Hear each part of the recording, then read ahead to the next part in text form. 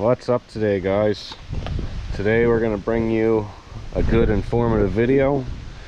I apologize, it's a little bit windy outside, but for you guys that are subscribed, thanks a lot, really appreciate it. Kind of excited. We've got an event coming up this weekend, finally, first one since the coronavirus and COVID crap. So this weekend we're going to the truck pulls with her. They got it set up to have in Windsor. So lately I've been driving the old square body up there with the 6-liter, and this truck's been mostly sitting other than when I gotta haul my trailer. So last night and the last few days I've had to use my trailer quite a bit. Got this truck up and going again. It's been sitting almost a month, and I've got major issues. Had major issues.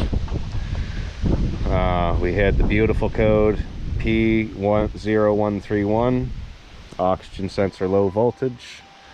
We had P0300, multiple misfire.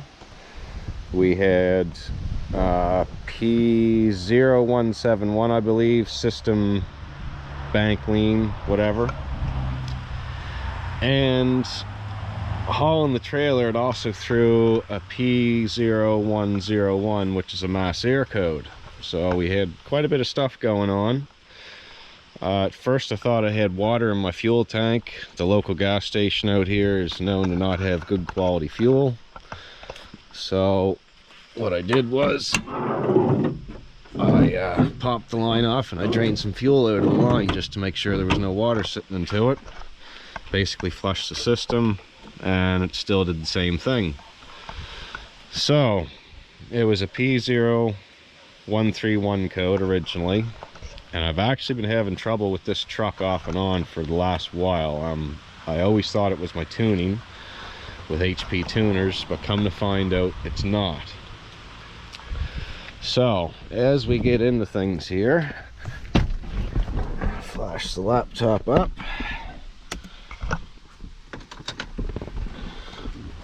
What I had going on was, well,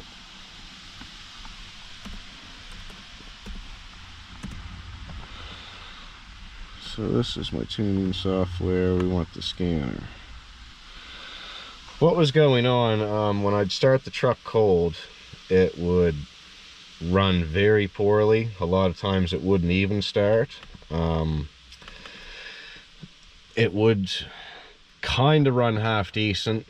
You get out in the road with it, and I wouldn't even get a few 100 feet out of my driveway, and the thing would just start misfiring like crazy. Like just absolute ridiculousness. So brought the truck to the yard, started it up cold, and to my surprise, I've got dual exhaust, so each bank has its own exhaust system. The strange thing was, as you can even see on my pipes here, I was getting the excessive fuel dump on my passenger side, even though that's bank 2, and P0131 says it's the driver's side. So I mean, again, it's been a long time since I put a fuel pump in this truck, and I just put like an aftermarket one in. It's been in here now like 4 or 5 years.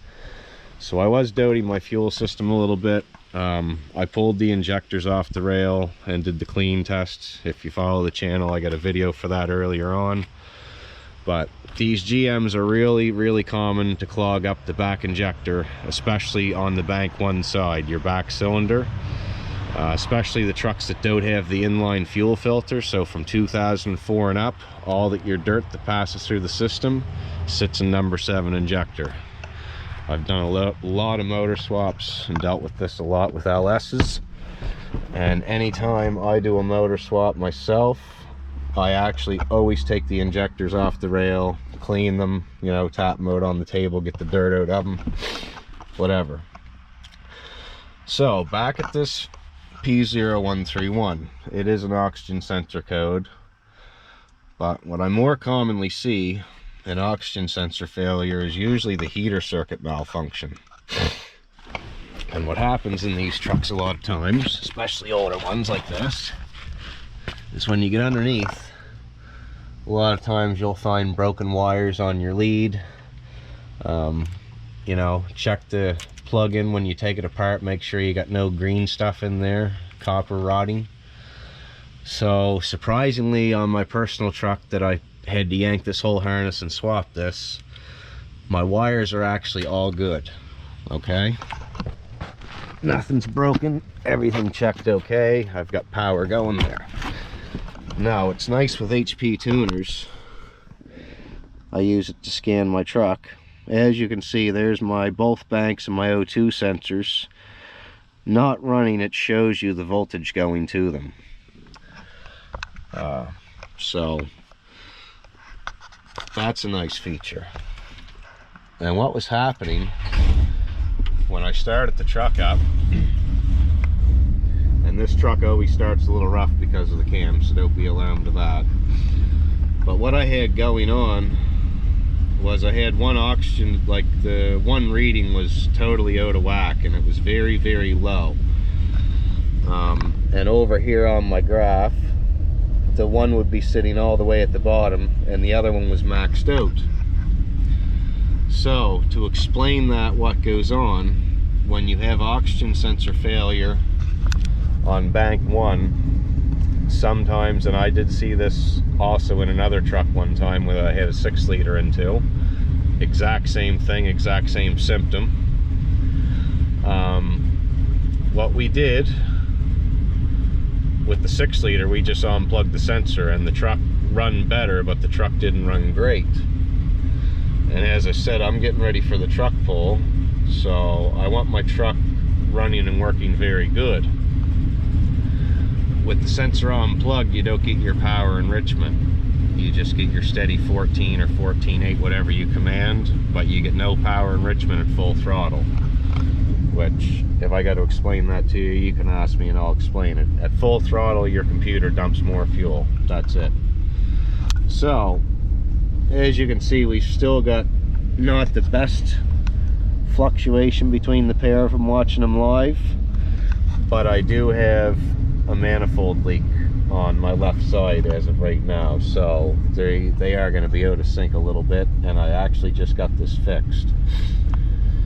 So when I left the driveway, it would misfire, act really bad, blah blah, like almost undrivable. Okay, so the funny story to this is a few months ago I actually ordered brand new oxygen sensors off of good old Amazon, you know, cheapos, like 25-30 bucks a piece. And right off the bat, they look different than the OEM ones. And I didn't really think nothing of it, you know, new design, whatever. But this truck does not like either one of these O2 sensors. True as I stand here. I tried them both, and I tried them both in both banks, and no luck. As you can see, this was my bad sensor, and it's super black, and it's kind of rusty and not great looking, but look at all the black, like the fuel that was being dumped, and this sensor was still throwing a lean code. So, long story short, I already spent money here that I thought would have been okay. Went up to the old square body. I took one of the sensors out of the header of that because I know they're good. Came down, crawled underneath this truck, and replaced the sensor in that bank. So, in this case, it was just a simple sensor fix. But for me, a new OEM sensor is going to be north of 100 bucks. I really don't like throwing money unless I know, especially at engine parts, because, you know, most people, you take it to a garage, they'll start with plugs and wires and fuel filter and all that stuff that probably it doesn't need. And it ends up being, you know, something fairly expensive in the end after they've done all the other stuff to cost you money. So if you're doing this yourself, I was actually going to shoot back to the local junkyard and see if I could find one of these off of GM. But from what I've learned here, this experience, it does not pay to buy no-name oxygen sensors. Okay guys, buy the OEM ones. So I've got a few trips now driving this thing, and it always starts horrible. It's because of the Radar cam. I just can't seem to get over it, but at least now when I start it up, it's running normal, it's idling. It's not choking out and coughing and gagging when I go down the road to the point that I got to stop because it doesn't even have enough power to pull itself. So thanks for watching guys. 3 codes, that's how you fix it.